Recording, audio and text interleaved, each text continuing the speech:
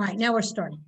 Okay, welcome to the Amherst Woman Club's third Zoom meeting. Thank you for those of you who came to join us this afternoon. We're rolling along in the club. Everything is fine here. Nothing has fallen apart, so you can be rest assured about that. This afternoon, George Naughton is our speaker. George comes from a family of academics and writers with a long connection to Amherst. In fact, his great-great-grandfather, Julius Seeley, was the 5th president of Amherst College from 1876 to 1890. George enjoys a wide range of interests from mathematics to science fiction, from cultural alternatives to books. The Naughton collection is now housed in the University of Massachusetts Special Collections and University Archives and shows the enormous range of these interests. George retired 9 years ago after 33 years with the UMass administration and is now the president of the Amherst Historical Society. As such, he is sure to have many stories to tell us. It's a pleasure to welcome George Naughton as our speaker today. George?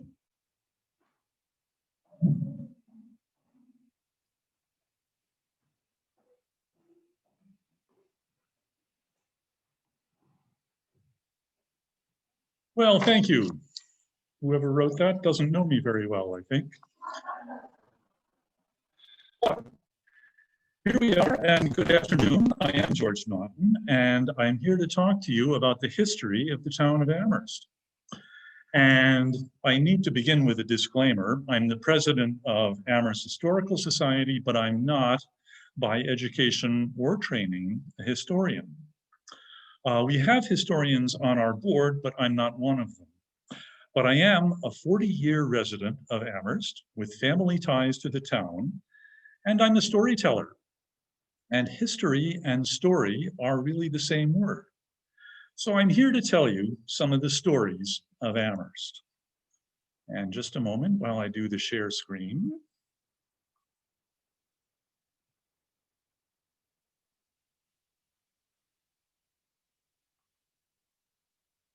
Yes, the town of Amherst was named in 1759. The same year that the Guinness Brewery was founded in Dublin. Most of us have heard that Amherst was an offshoot of Hadley. Hadley was incorporated in 1661 as settlers populated the rich soil in the Flat River Plain. Then settlements spread further east up into the hills, and after a while those settlers decided they needed to start making their decisions. Churches were important in the colonies. Not all the settlers were Puritans or even devoutly religious, but the church was the meeting house. It was the place you went once a week to check in with your neighbors, who's doing well, who might need some help, and so on. So by 1734, there were enough settlers in Hadley's 3rd district who decided they did not want to travel 5 miles or more to church on Sunday, so they began to look into building a church and petitioning for a pastor of their own. That means that Amherst has a history even before it was incorporated. The first church was founded in 1734, and its building was roughly where the Amherst College Octagon is now. There you go. Cole's Building Supply has the proud motto, family owned and operated since 1741. And there were enough mills along the Mill River flowing out of Puffer's Pond that the area became known as Factory Hollow, and the village of Cushman was nicknamed the city. And so, in 1759, the 3rd parish of Hadley already had a church and meeting house and enough of a population that it could petition the Governor General of Massachusetts for a name of its own. Jeffrey Amherst was the military hero of the day. He was the hero of the Battle of Louisbourg on Cape Breton Island, which opened the St. Lawrence River to the British and enabled them to capture Montreal and win the 7 Years' War, which was known in the colonies as the French and Indian War. And Amherst was Commander General of the British forces. So the governor of Massachusetts Bay Colony decided this would be a good name for the new parish. He was not alone. We share the name with about a dozen other towns in the Northeast US and Canada. Call up Amherst on Wikipedia and you'll get a disambiguation page. In the 1930s, Mr. J.C. Long wrote a biography of Lord Amherst, a soldier of the king, to give the details of his life. Geoffrey was the first Lord Amherst, incidentally. The title was created for him, and he was also appointed governor of Virginia for 5 years, but lost the appointment in part because he never went there. The Crown did like for you to show up for your job now and then. And his line, as far as I know, has died out. I don't know if you ever any of the Lords Amherst to our town, but it's too late now. The British victory in the French and Indian War, as you can understand, meant that now the British had to post their troops along the colonial frontiers to guard the new territory. They then tried to tax the colonists to defray some of the costs of the occupying troops, and we all know how that turned out. So you see, in history, you see that one thing leads to another, and if you start to pull on one thread, you never quite know where it might lead. I regret that I don't have many stories about the town of Amherst during the time of the Revolution. We had no battles here, but there is the story of the founding of the Second Congregational Church in Amherst. In 1784, the pastor of the first church, Reverend David Parsons, who was the son of the church's first minister, was a staunch Tory. And he ended one sermon with the invocation, "God save the Commonwealth of Massachusetts, and God save the King." To which one parishioner stood and replied, "And you, sir, are a damned rascal." And he stormed out, and the rebels went and founded the Second Congregational Church. In fact, they started to use a path which became Triangle Street as a shortcut to get to their church, so they would not have to walk by the first church building. And in time, the membership of the Second Congregational Church dwindled, and the building went up for sale, and in 1976, it was bought by the Jewish community of Amherst for their use.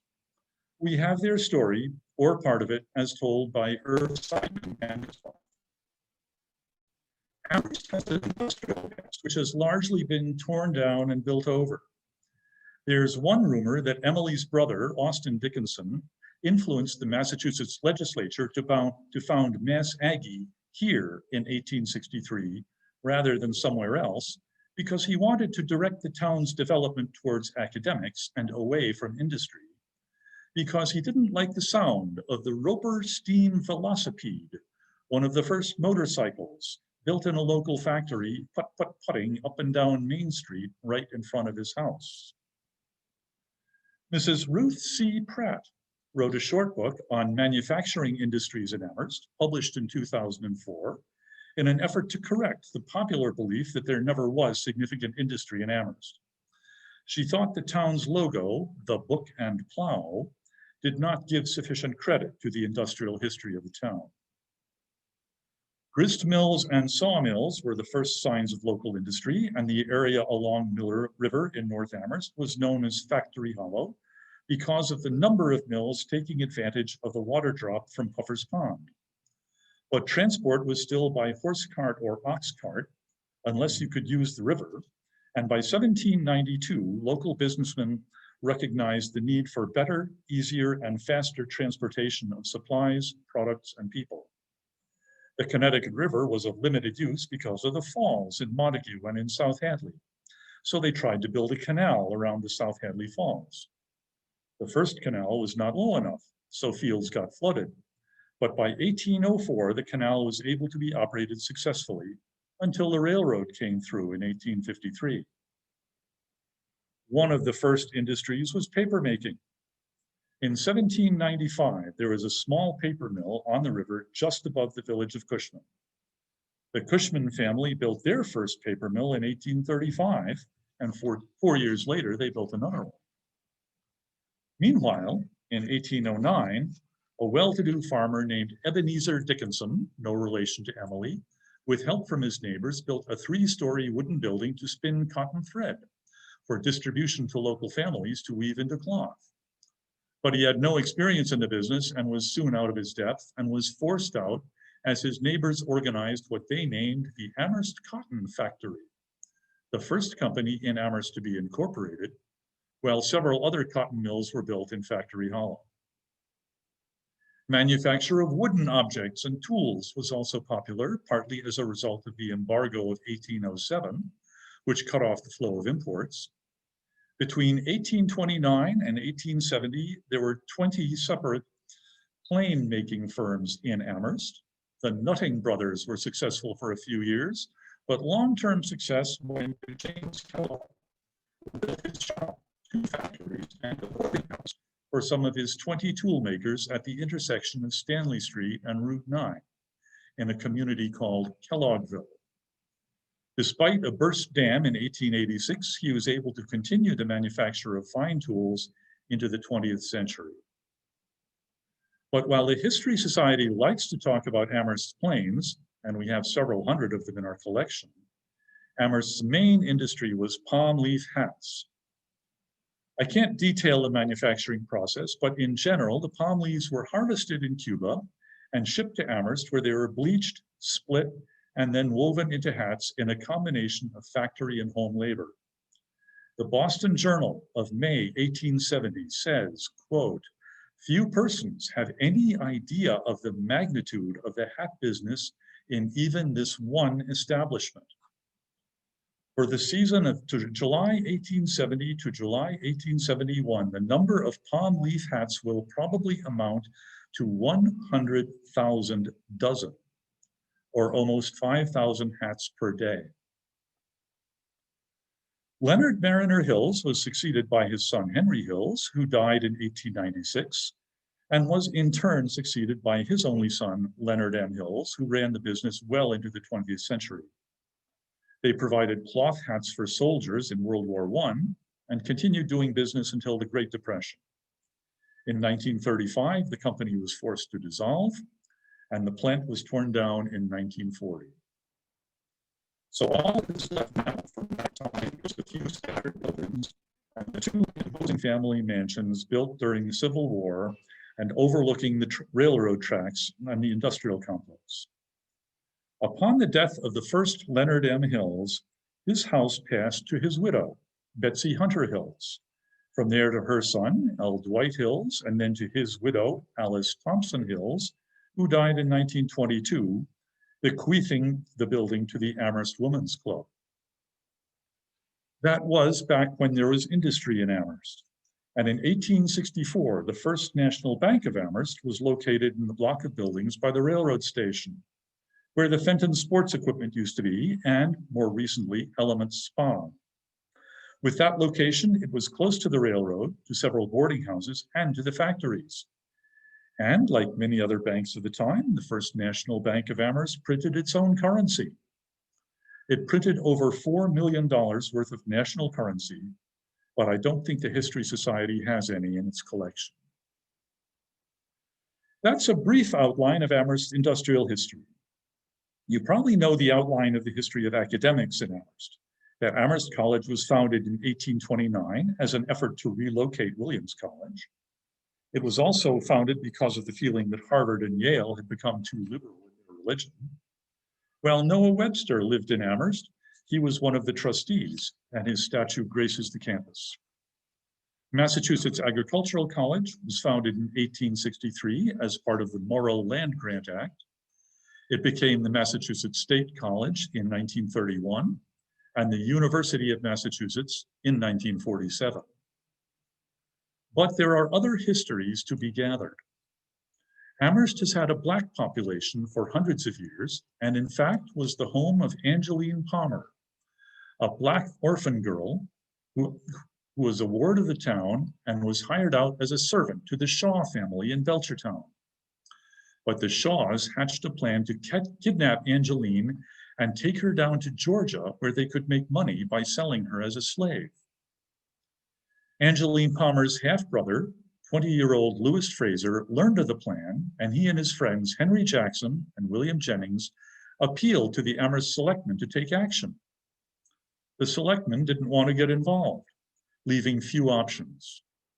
On May 26, 1840, the 3 men raced to Belchertown and rescued Angeline, who was packed off to hide with abolitionists in Coleraine. while her 3 rescuers were put on trial for assault and kidnapping. They were defended by Edward Dickinson, Emily's father, but were found guilty and sentenced to 3 months in prison. But they did something less than hard time. The jailer let them out during the day, on condition that they return in the evening, and local residents brought them food. That's one story.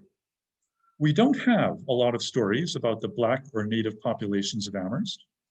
Mr. Robert Romer and James A. Smith have done a lot of work with town records and the Jones Special Collections, but it remains to bring the stories to life. Angeline Palmer's rescue happened in 1840, which was the same year that a Roman Catholic Mass was first celebrated in Amherst.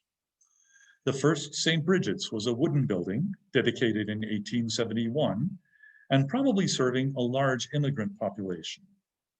The current stone church was dedicated in 1925. The railroad came to Amherst in 1853. The Connecticut River Railroad opened to passenger service between Springfield and Northampton in late 1845.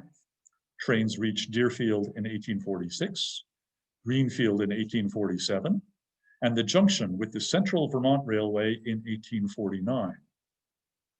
When the Vermont and Massachusetts Railroad reached Brattleboro in 1850, the Connecticut River Railroad began running through service from Springfield to Brattleboro through Northampton. So Amherst needed to get their own railroad connection unless they wanted to ship all their manufactured goods by ox cart to the river.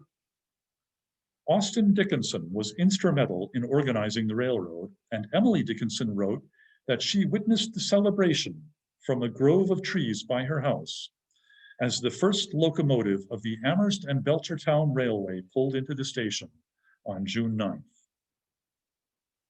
As for churches, so far I've mentioned the Congregational Church and the Catholic Church. Mr. Ken Salmons has given us a very informative lecture on the founding of Grace Episcopal Church, which was originally proposed to be a small chapel to be built where the Strong House is now, after tearing that house down. But some big money donors in New York and Boston got wind of the project and put up some matching funds on condition that the local Episcopal parish should build a large, permanent building right on the town common, in clear view of everyone. Why is this? Might it be because Amherst at the time was emphatically Protestant and Congregationalist, and some people in the Episcopal hierarchy wanted to build a big church with a different message? Whatever the reason, Grace Church moved its building site to the town common, and it was built in the 1860s, and it now has the largest documented collection of William Gibson stained glass in America.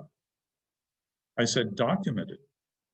William Gibson advertised himself as the father of American stained glass, but fashions change. Buildings get remodeled, or torn down, or destroyed by fire, and records are lost. And since Grace Church did not tear down the Strong House in 1860, it was still there to be inhabited by Sarah Cheney Emerson and her daughters from 1853 on. Sarah died in 1900, and her daughter Felicia, who deeded the house to the Historical Society, died in 1916. We still have the Emerson Sisters Parlor as part of our display. The founding of Grace Church brings us up to the historic period many people talk about, the Dickinson family and their influence on Amherst. I probably don't need to dwell on Emily, whose life is well known to us all, but her poems might never have seen the light of day if it had not been for the efforts of Mabel Loomis Todd. Mabel had been friends with Emily and had been impressed with her poetic talent, and after Emily died, her sister Lavinia asked Mabel to bring Emily's unpublished poems into print. The story of this multi-year effort is told by Mabel's daughter, Millicent Todd Bingham, in her book, Ancestors' Brocades. But I need to point out that there is more to Mabel Todd than her editing of Emily's poetry, and more than her love affair with Austin Dickinson. She was a talented musician and painter, and had already written several books before Emily's sister Lavinia approached her with the idea of publishing the poems. Mabel's husband, David Peck Todd, was the Amherst College astronomer, and he organized international expeditions to photograph solar eclipses. Mabel accompanied him to Texas in 1878, to Japan in 1887, to Japan again in 1896, and to Tripoli in 1900. A solar eclipse viewable from Russia was predicted for August 21st, 1914. In addition to taking photographs to determine conditions of the sun's atmosphere, Professor Todd intended to experimentally verify Albert Einstein's prediction on the degree to which the sun's gravitational field might bend light rays. But Russia declared war on Germany on August 1st, 1914, thus entering World War I, when the Todds were en route from Kiev to Moscow.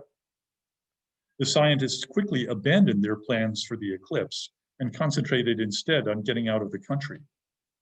It was the last time David Todd and his wife were to leave the United States. Professor Todd was also convinced that there was intelligent life on Mars, and like his contemporaries, Nikola Tesla and Guglielmo Marconi, he tried to communicate with the Red Planet. So Mabel was an international traveler, author, and lecturer, and she left a huge paper trail. The Yale University collection is estimated at 575 boxes, or 175 linear feet of material. It provides historical researchers a unique resource to learn about the lives of Victorian women. Mabel was on the Village Improvement Society. She was instrumental in founding 2 local chapters of the Daughters of the American Revolution. And she also founded the Amherst Historical Society in 1899 and secured its home in the Strong House, where we moved in 1916. I should mention that there were other important milestones in the town of Amherst. There were the beginnings of a police department in 1872, when Fisk A. Thayer was employed by the town to light the gas streetlights in the evening. Frederick Law Olmsted visited Amherst in 1875 and designed the town common on behalf of the Amherst Ornamental Tree Association. Thomas Edison patented his electric light bulb in 1878, and Amherst installed electric streetlights 11 years later in 1889.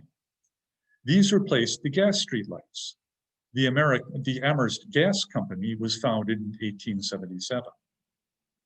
The Amherst Trolley Company began operations in 1897. The Amherst and Sunderland Electric Railway began in 1898. And the Amherst Northampton Electric Street Railway began operations in 1900 and continued until 1932. You have to understand that this was before the days of Northeast Utilities and a unified electric grid, so Amherst Power had a local electric powerhouse below the Factory Hollow Dam in North Amherst. And in 1897, the Amherst and Sunderland Electric Railway leased a flat stretch of land in North Amherst as an entertainment park.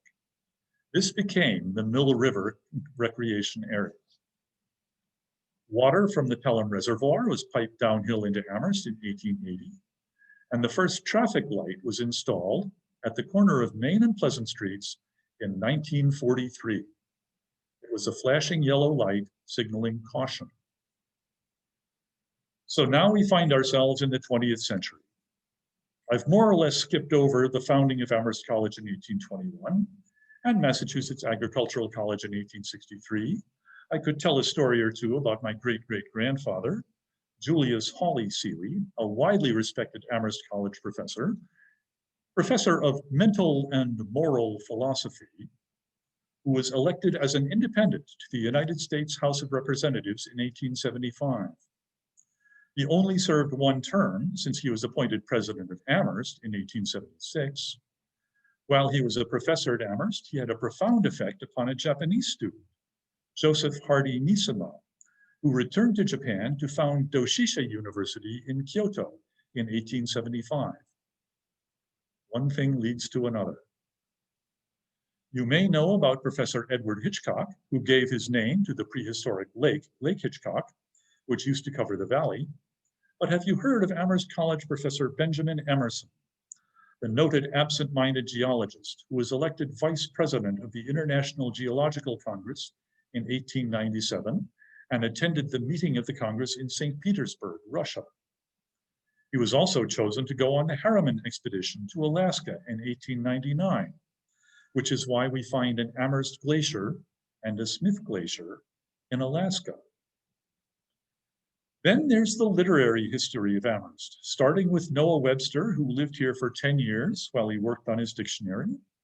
We all know about Emily Dickinson, since Amherst College has done such a fine job curating her home and work. And we all know about Robert Frost, who taught at Amherst College in the 1920s and who has a silhouette in Sweetser Park. But we should also celebrate poet Robert Francis, who lived in Cushman for 40 years, built himself a house, wrote poetry, and was a friend of Robert Frost. And Ray Stannard Baker, who had a reputation as America's #1 newspaper man, and who wrote the 6-volume biography of Woodrow Wilson. He lived in Amherst at 118 Sunset Avenue. I've even put together a timeline of writers who've lived in Amherst, from Noah Webster and his dictionary, to Howard Garris and Uncle Wiggily, to Norton Juster and the Phantom Toll Booth. And this fall, Mr. Nick Gabe, a retired newspaper man himself, will give us a lecture to tell us about Ray Stannard Baker, who in his day was better known than Emily Dickinson. There are other 20th century stories. Kendrick Park is a good story. In how many other towns did a prominent merchant and banker decide that a certain neighborhood should become a public park and then leave enough money in trust to make it happen? George Kendrick conceived the idea in 1925, and it came to fruition in 2008. It took 83 years, but it happened, and Kendrick Park now exists. Does anyone else find this unusual? I mentioned that our town common was designed by Frederick Law Olmsted, but did you know that the only private residence in Massachusetts that was designed by Frank Lloyd Wright is in South Amherst at 38 Shays Street? It was designed for Professor Baird of Amherst College and his family in 1940 and is still in use as a private residence. It has an entry in Wikipedia. And then there are the stories of the prominent families in Amherst. Cinda Jones has given us a lively history of her family, who settled here before Amherst was a town. They are the Coles and Joneses, but we still want to hear from the Bangs, the Puffers, and the Shumways, and others. We do have oral histories which were collected in the 1970s and 80s. Many are still on the original cassette tapes, and most have not been transcribed. The History Society is continuing our popular History Bites lecture series, which has topics ranging from the ancient geological history of the valley through the native history and up to the stories of Amherst in the 1960s and of the early days in the Valley Advocate in the 1970s. These are some of the stories of our town. There are more stories yet to be recorded and remembered. Remember that history and story are the same word. We don't have many stories of the Black residents of the town, the ones who went to Hope Church or AME Zion Church. We've heard a few of the stories of the indigenous people from this area. We hosted a presentation about Charles Eastman, a Santee Dakota Sioux Indian who became a certified medical doctor, wrote books, and was instrumental in founding the Boy Scouts and lived in Amherst starting in 1903. And of course, this year we mark 100 years of women's suffrage, and the Amherst History Society looks to collect more of those stories. Jones Library is one of several organizations collecting oral histories of the coronavirus pandemic. I used to say that the great thing about history was that you never run out of it. And surely the events of this past year are enough to convince anyone that history has not stopped happening. There are also the stories of our surrounding towns.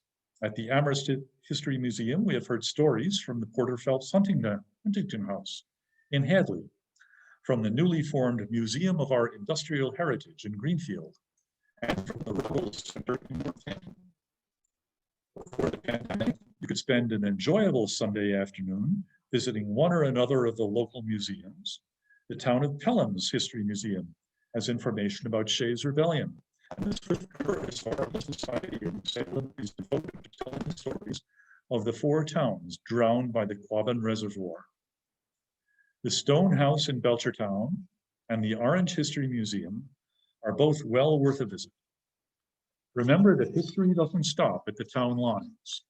Just the way Angeline Palmer's story crosses into Belchertown and Coleraine, so we have the Quabbin Reservoir and its four towns, Shays' Rebellion, and trolley lines running to Northampton, Pelham, and Sunderland. So thank you, and please visit our website, which is a resource for books and videos about Amherst and the surrounding area. Thank you.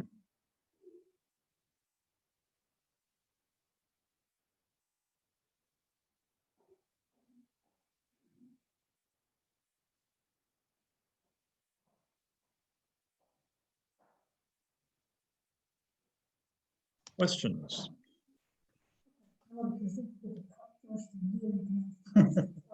Okay.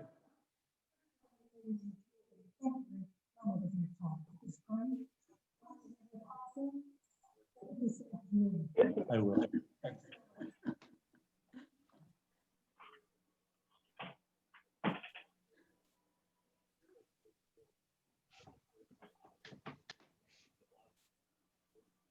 I have a question. I'm doing a paper on another person who was in Amherst, maybe not so famous, but our president of Calvin Coolidge, and he says in his autobiography that when he came to Amherst College about 1909, that the buildings were not very impressive, but the town was, and he talks about the common and all of the trees and so on. So I was wondering, because I had an old postcard that showed Johnson Chapel and the two buildings on either side, which I think is pretty impressive. But were those in existence in 1909? Do you know? All those buildings? I don't know. That might be more of a question for the Amherst College archives. Okay.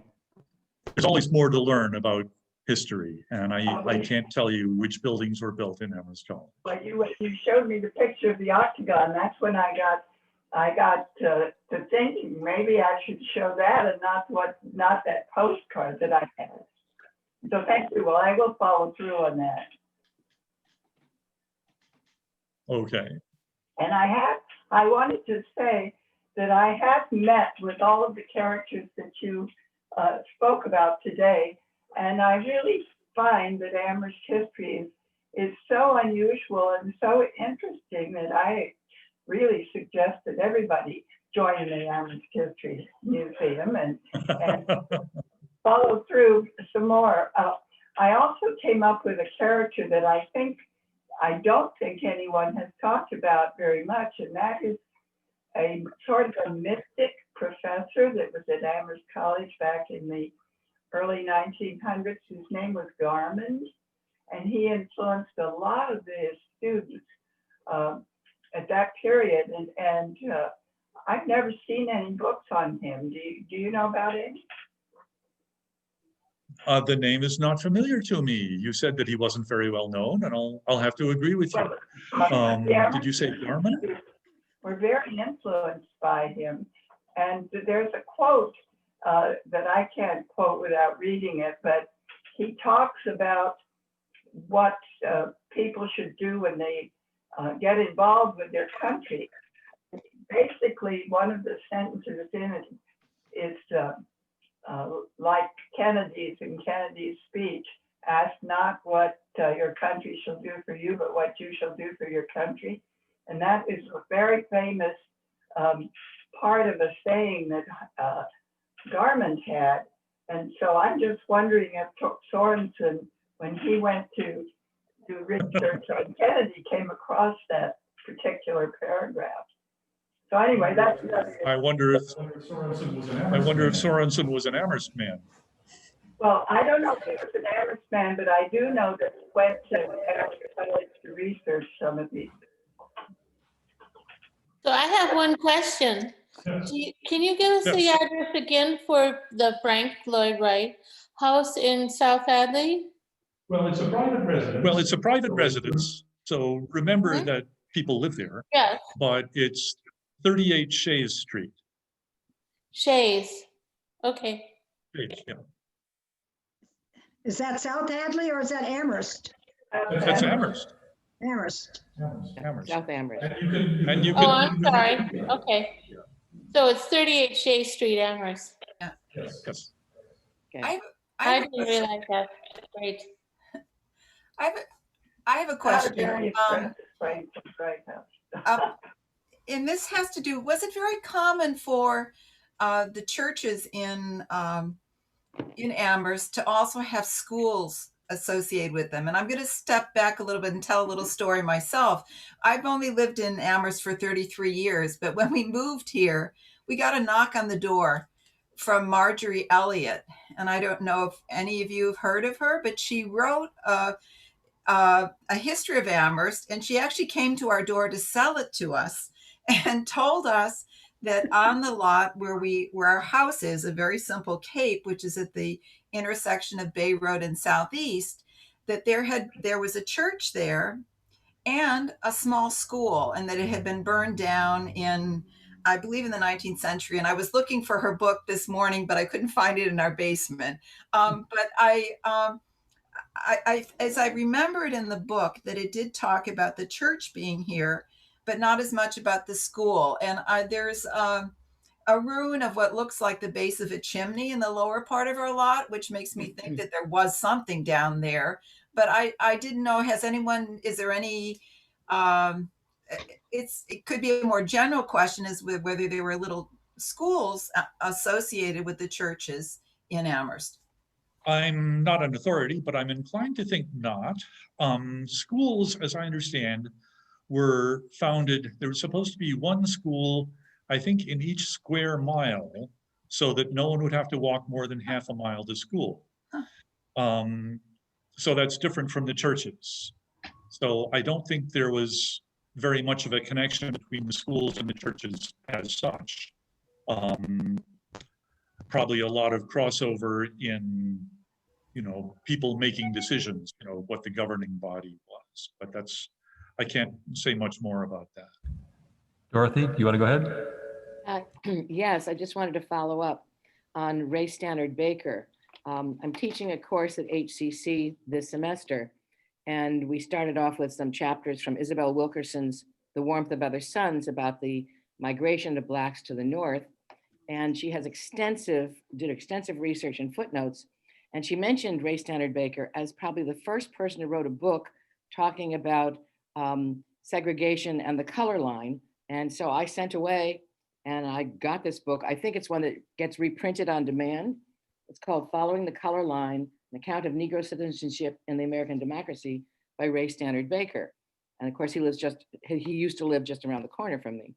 So, it's a long time. This book was published in 1908, but it's still considered to be a valuable source of research. And she also quotes him extensively because segregation in some parts of the South was carried to such insane separate stairways, separate entrances, separate windows for post office, just separate everything. You have separate parking lots even, and so he documents a lot of that. Well, thank you very much for that. I didn't know about that book. But my wife has gotten very interested in white accountability. She's a school teacher, and we'll be very interested to look at that book. Well, thank you. We lived in Houston, Texas, back in I guess it was the 70s and 80s, and the grocery stores always had separate fountains for blacks and whites. And my husband always drank out of the black drinking fountain, just because he thought it was so crazy that the same pipe came up and gave the same water to both sides. And now that I'm thinking about it, I'm beginning to wonder if perhaps they thought he was a black trying to pass as white. But anyway, nobody ever questioned if we're drinking out of the black drinking fountain. So things have changed somewhat, but not tremendously in the South. Not enough. Scary. Pretty scary. Other question?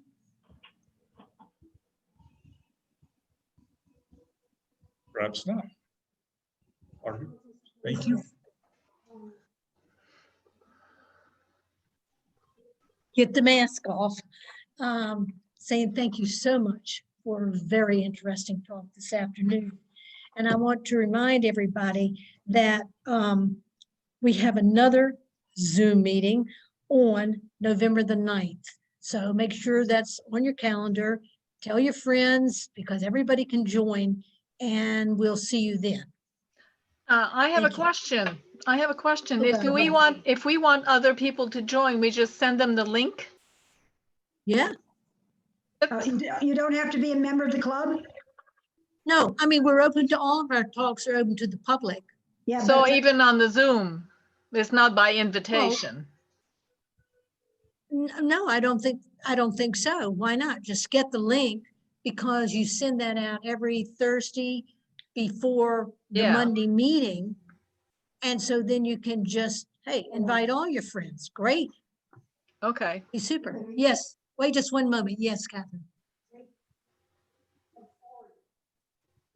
Oh, okay. Well, Catherine says because she and John are doing this, take that link that you Yes? get and forward it to your friends. Okay. Okay? All right, thanks. Good. We'll look for many more people. Who's speaking on the 9th? All right. Who's speaking on the 9th? Oh, I knew you were going to ask me this, and I do not want to say, I mean, I'll say, but I'm going to ruin her name. So what I'm going to say is it's Mary Beth Oh, Ogulevich. I don't know how you pronounce her last name. Director of Senior Services for the Town of Amherst, and Patricia Rector, newly appointed chair for the Amherst Council on Aging. And they will discuss redefining woman's elderhood, the rising spirit of reflection and action. Okay. thank you. So should be interesting, even though I'm sure I messed her name up. I mean, how can somebody with the last name Klakowski mess up this other one, but I managed to. Okay, any other questions? I think it's correct because I've lived in Hadley for over 50 years and it sounds very authentic to me. Thank you, Susan. I can always count on you. All right, any other questions? We can now say we're talking about our elderhood. Does that sound better than getting old?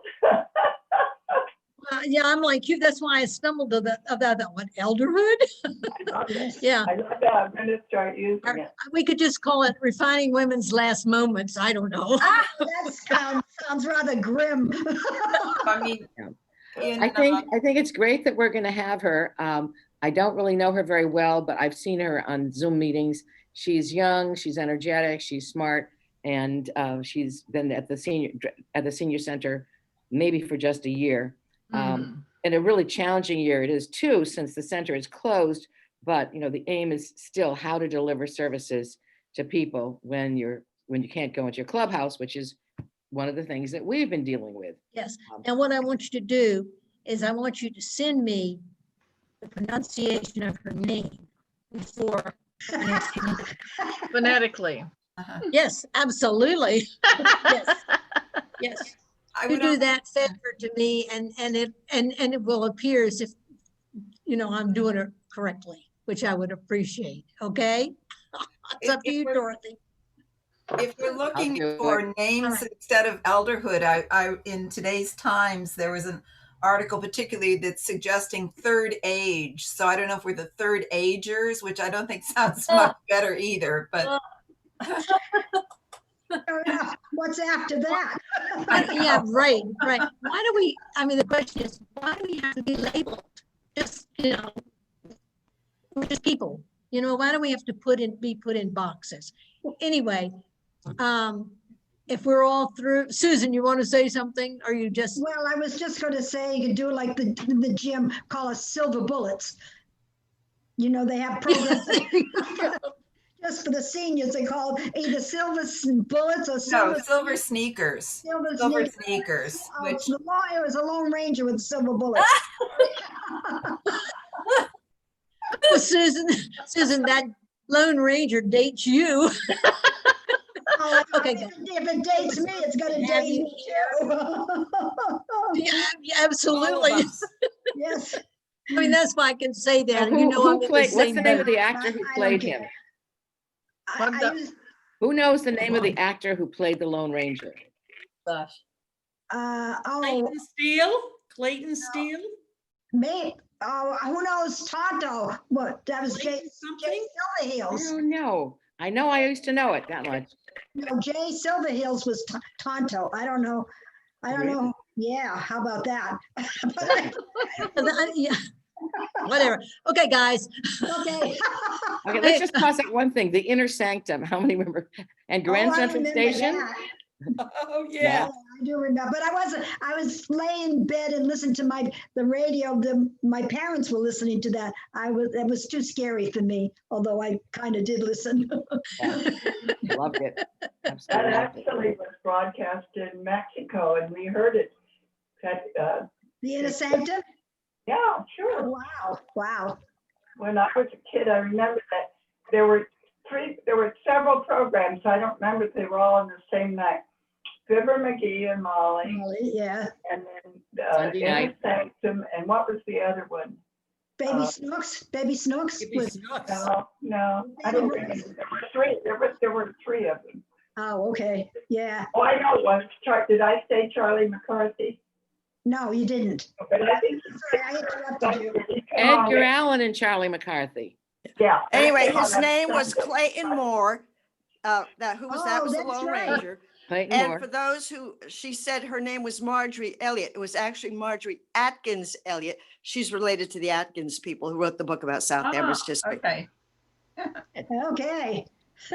Ladies, I think it's time to go away Oh, yeah. because I have to go home. I've got company. So I think it's time for us to close this off and we will reconvene on November the 9th. Right. And I Okay. appreciate your being Thank here. you. Okay, thanks a Goodbye. million. Thank Bye-bye. you. Bye, thanks. Bye. Bye.